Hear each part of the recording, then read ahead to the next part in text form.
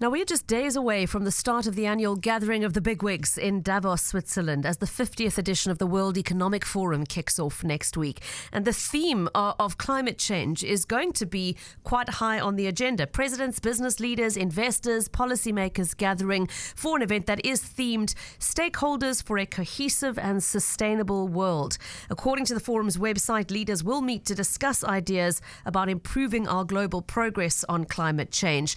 But how seriously can we take that, given how many of their fortunes have been crafted on the back of fossil fuel use and of habitat destruction? You may well feel more than a bit skeptical as to what sort of progress can be expected, if any. And if you are feeling concerned, well, you're not alone. And climate change activists are already calling for direct action, like a move away from fossil fuels and disinvestment in fossil fuel businesses.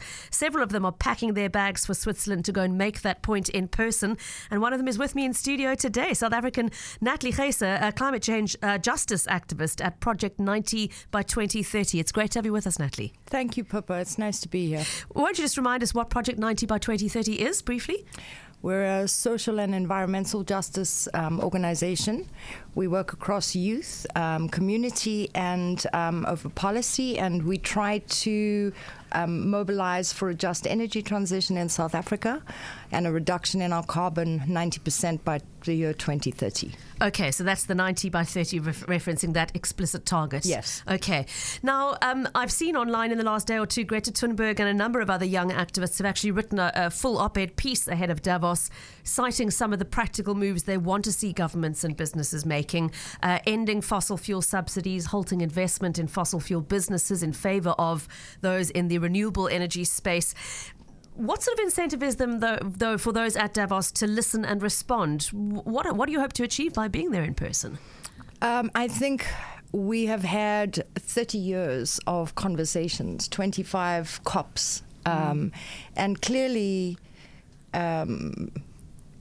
ambitious climate action is not the agenda of politicians around the world we're seeing. So what is exciting for me about this instance of Davos or of the World Economic Forum is that they have invited a youth contingent.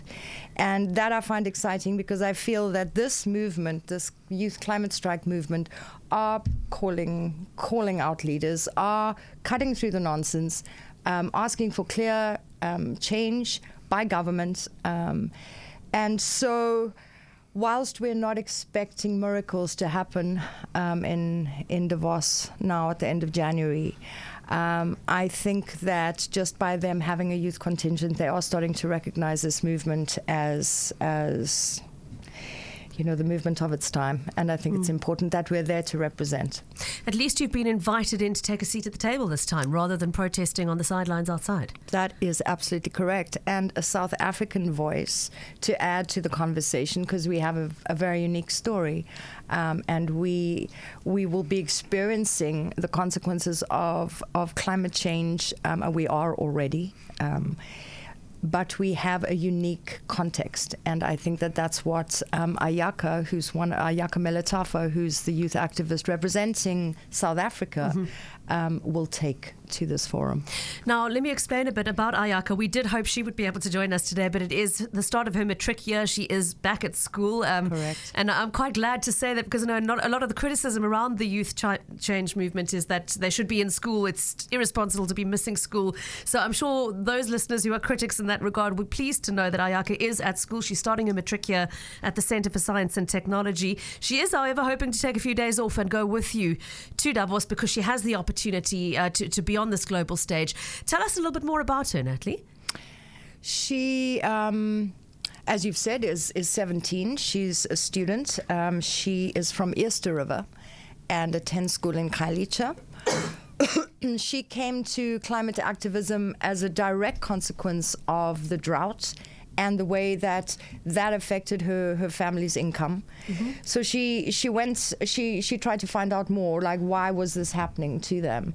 And she started researching online and came up with the climate change, and decided to find out more. And so she signed up for for our youth leadership initiative, which is called You Lead, in 2019.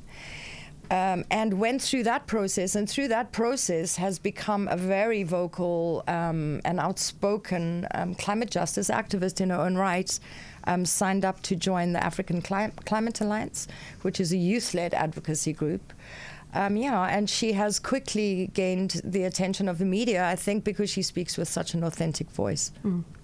What does it mean to somebody like that to be given this international platform? I mean, having spoken to her about what it means to her to be offered this opportunity, Natalie, on a personal level, beyond the message that she wants to take and the other youth she wants to represent?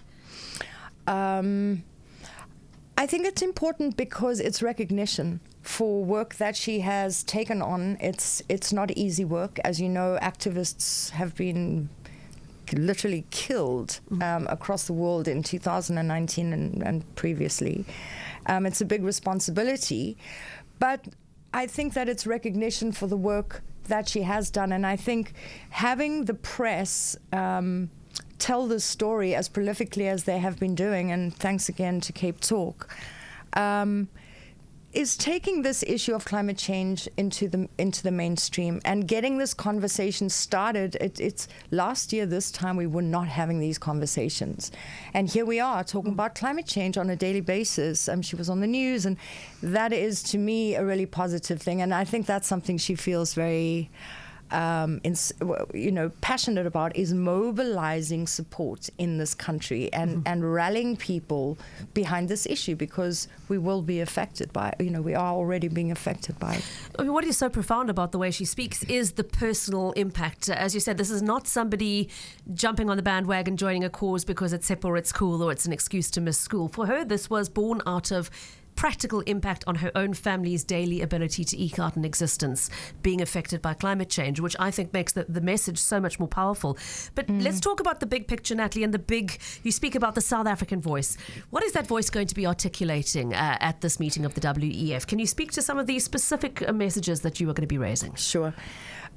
So she's been invited, and there's various platforms and discussions that are going to be held. Two of the main ones are two panel discussions, which she'll be co-hosting with the 9 other activists. I think the one on the 22nd of January, which is talking directly about climate justice and grassroots mobilization.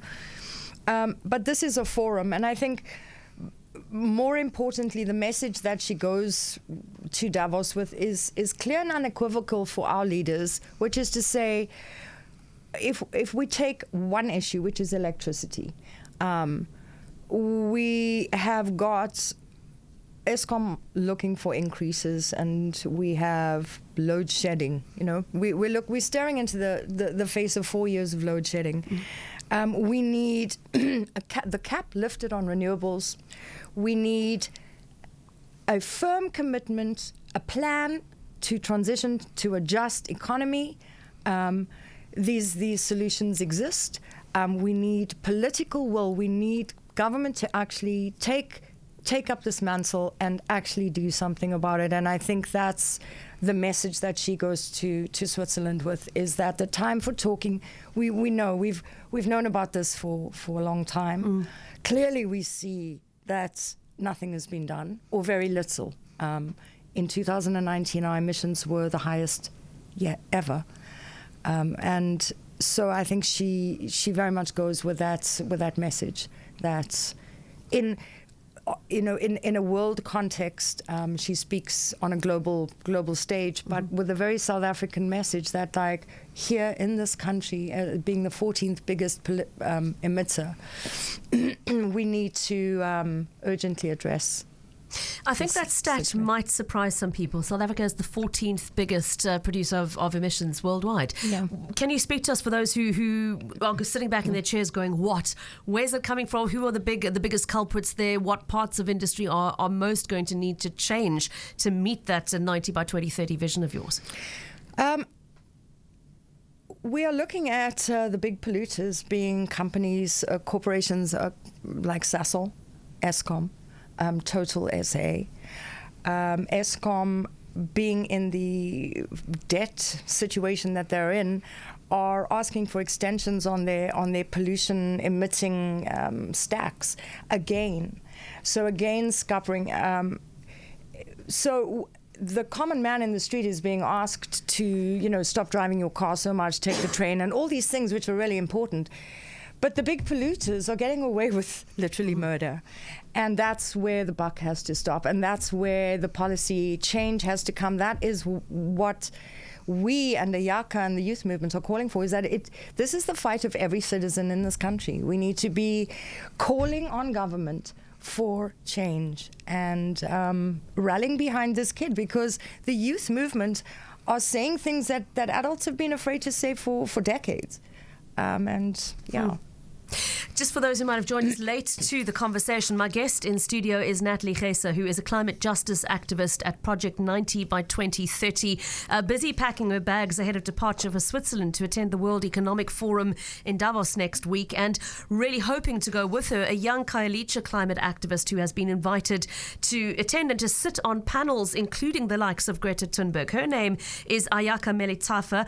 Couldn't be with us today because she is kicking off her matric year at the Centre for Science and Technology in Khayelitsha. I say hoping to go with you, Natalie, because financial obligations and pressures are a big part of this conversation. You have been running a crowdfunding campaign to try and raise the money. Just to explain, the WEF will be covering Ayaka's transport and hotel accommodation, but there are additional costs you need to cover. Can you chat to us a little bit about what you need to raise and what that would cover? Sure. We came up with an amount of 50,000. Flights and accommodation are covered, but Ayaka has to travel with her mom because she's a minor. Her mom is a farmer in the Eastern Cape. So just the issue around getting their passports and visas was a massive, that we had to bring them up. And so also Ayaka is now going to speak at a world conference, and she's got this old crusty phone and no data, and her, so doing her research is difficult. Being connecting with these other activists, just being part of the conversation on the online platform has been really difficult, really trying. We're going to Switzerland. It's freezing cold. She's appropriate clothing. Yeah. So all these things, and we just we felt that doing the crowdfunding would be a way for South Africa to actually support this initiative and actually bring this conversation to a wider audience as well, and to say, look, this is something we need to get behind. This is an important issue. Now you're about halfway there when I checked on your fundraising target this morning. Correct. So another 25,000 rand or so to be raised by the end of this week, because you're leaving on Saturday, aren't you? That's correct. Yes. Okay, so I just want to say to listeners who are listening to this, feeling proud to know that there is going to be a young South African on those panels, feeling excited to know that our voice is going to be heard, please would you consider contributing to making it possible for her to be there and able to fully engage and make the most of the opportunity there. We are going to tweet the link to the crowdfunding platform on the Cape Talk Twitter handle for those who might like to make a contribution, however small or big it may be, and help get her there. How optimistic are you about how your message is going to be received when you get there? I think I might be a little cautious in my optimism because we've had many of these conferences. But that does not mean that we back off from the conversation, or that we shy away, or that we stop bringing these voices to the table.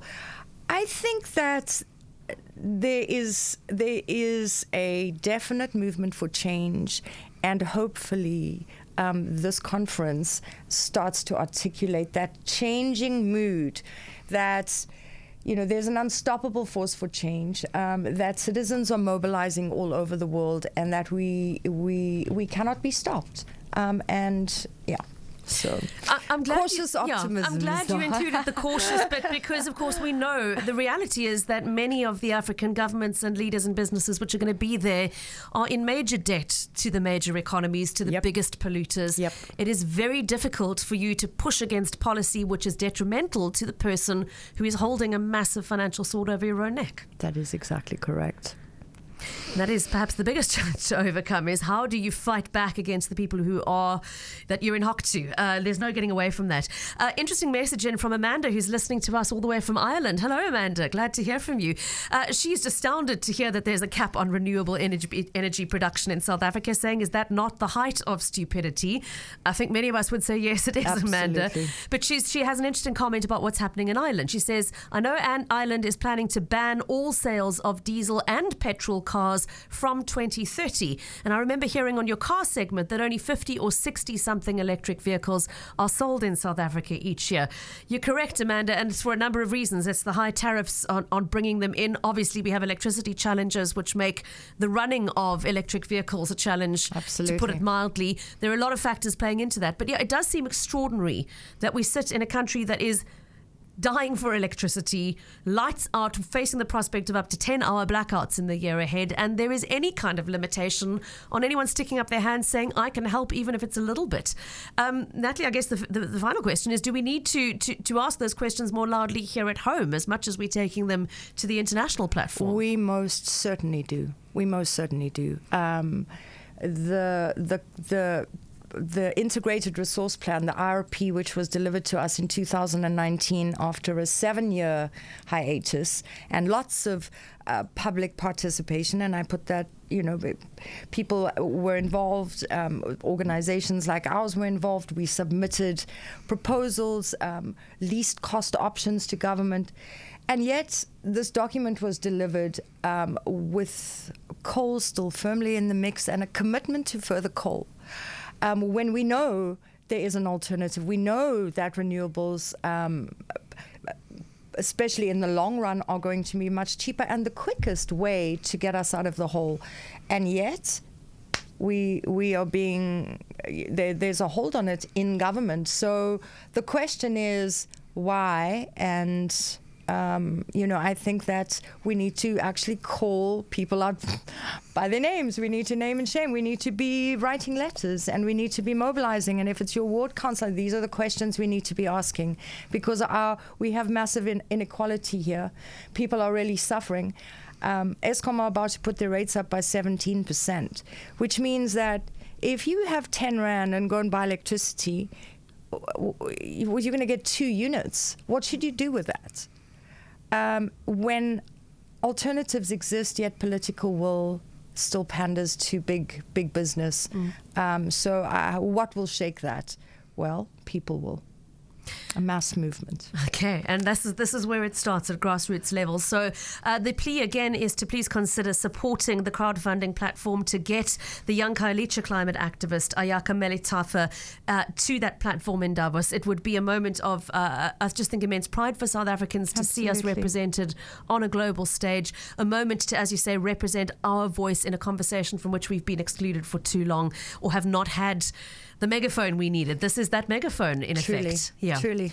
So please, again, we are tweeting the link to that crowdfunding campaign, and I want to say a huge thank you to our guest Natalie Geyser, representing Project 90 by 2030, a climate justice activist who will herself be heading to Davos to be part of these conversations. And I really hope you're able to take Ayaka with you this weekend. She's definitely going. Is that done? Regardless of what happens with the crowdfunding? It's done deal. Her visa's done. Okay, her visa's done. We will find the money, regardless. So she's going. My voice is not, it's her voice. She's actually been invited. She's the one. So we're all just supporting her in that. And I want to thank you for being a proxy voice today, because as I said at the start of the conversations, we really did hope to have Ayaka herself on the show, but we do understand it's a very important day for her at the start of her matric year. And yes to the people saying school starts tomorrow, I know, but it is orientation day for many high schools today. So Natalie, thank you so much for joining us. Safe travels to you, and look forward to chatting to you after your return from the WEF. Thank you, Pippa, and thanks for such an in-depth interview. It was great. Thank you, Natalie Geyser, climate justice activist.